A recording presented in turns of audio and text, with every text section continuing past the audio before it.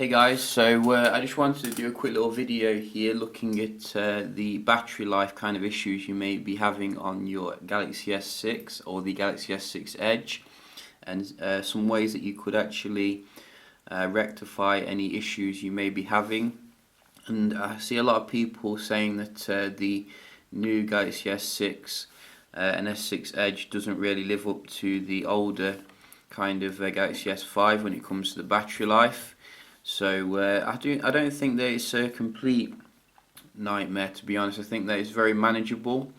Kind of like the Galaxy Alpha, obviously not quite as bad as the Galaxy Alpha, but if you do some things, I think you can maximize it. So we can check out some things you can do in this video on both of them. So first things first, if we just look at the Edge here, you can see that I've got the brightness on max just for the purpose of this video. But I definitely recommend that you use the auto brightness here to keep it about midway level. I'm surprised at the amount of people that I see, like in real life, complaining about their battery life, and they've got their slider all the way up here kind of thing all the time. So this isn't something that you're going to be able to put on full brightness and get like really good battery life on. So do keep it about there. For the purpose of this video, I'm just going to keep it on full brightness though, so you can see the screen.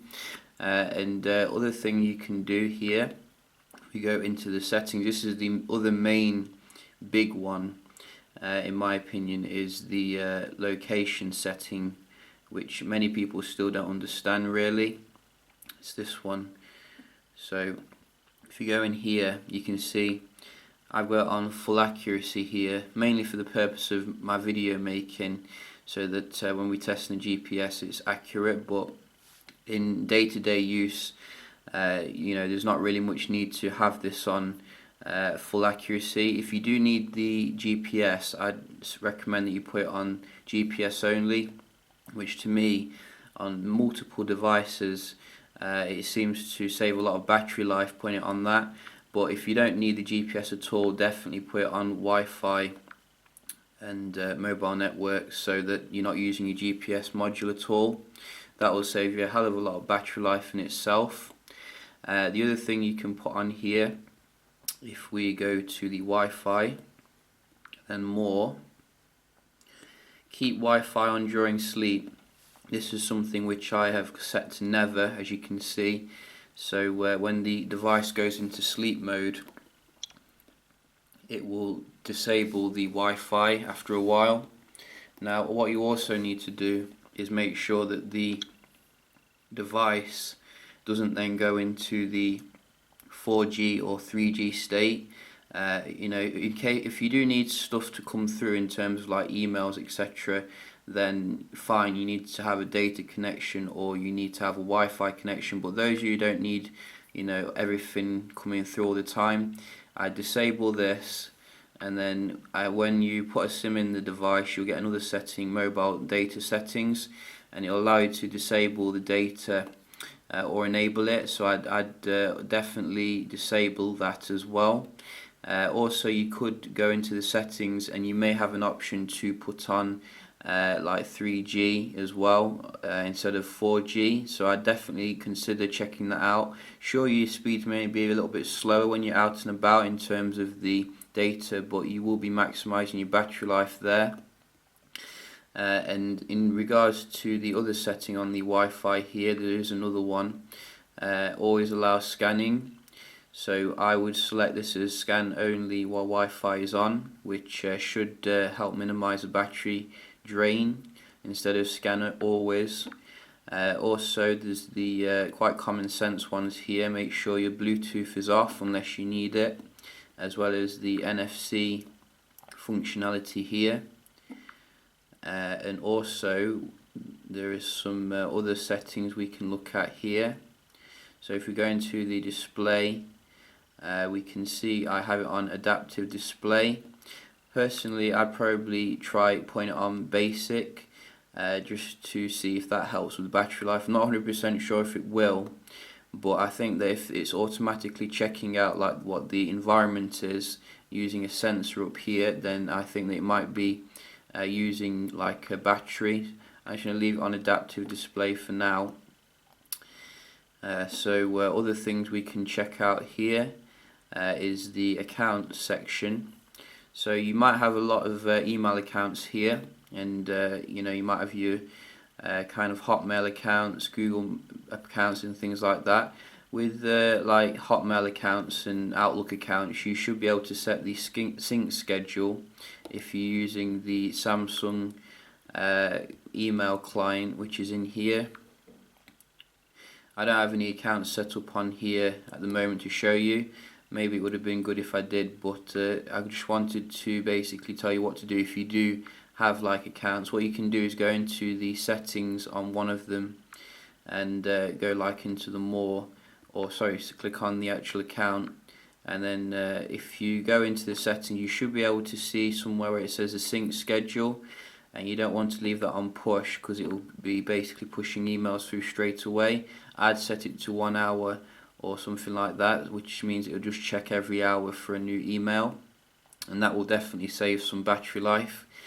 Also, I would look here in the developer options, and you can get your developer options by going to the about device area and going to build number, and then once you hit that a couple of times, it will come up down here, developer options, and then in here we can reduce the strain on the GPU, which will take battery life. So you can turn all these to off,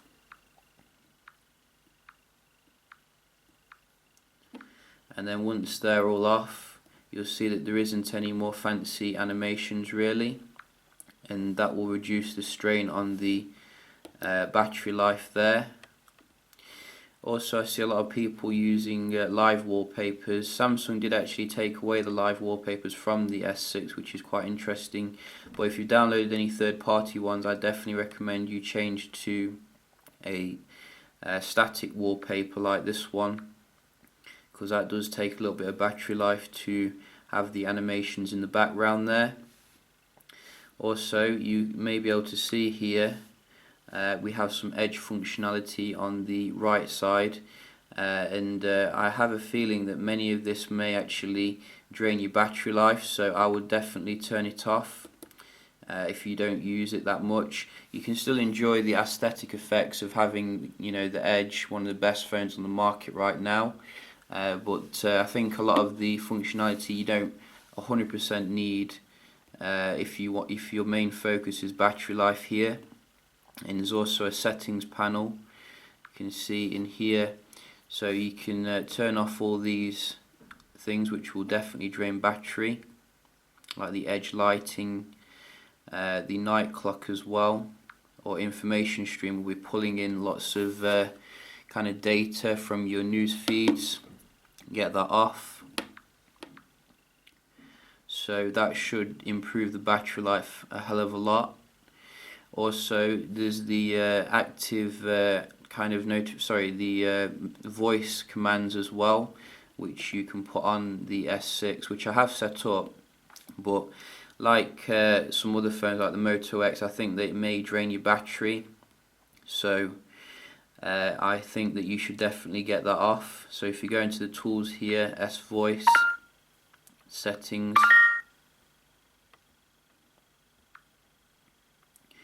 voice wake up, turn that off basically.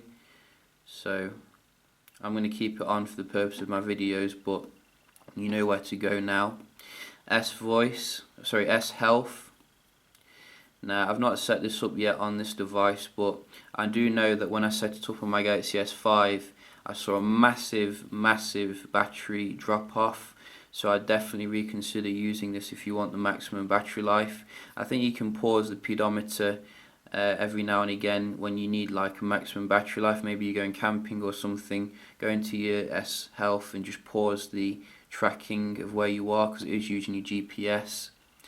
Also on the S6 here, which we can go to, as you can see, we do have the Flipboard news feed here.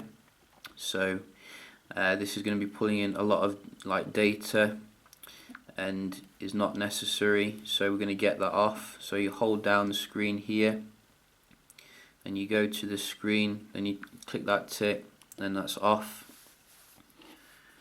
So with doing these things, I think you're going to get an excellent battery life out of these two, no problems. And at the end of the day, you can customize it to your own kind of requirements. If you need like your emails coming through all the time, then ignore that part. But if you do the other things, I think you should be able to get an excellent battery life. You can also try the battery saving stuff, obviously, like the ultra power saving mode, which that should even make you last even longer. I'd recommend using the power saving mode, which is a bit less aggressive. This one is very aggressive and means that you basically may as well have an old Nokia brick. So just some quick tips here to extend the battery life of your S6. Hope you did enjoy, and if you did, please leave a like, and I will see you next time. Cheers.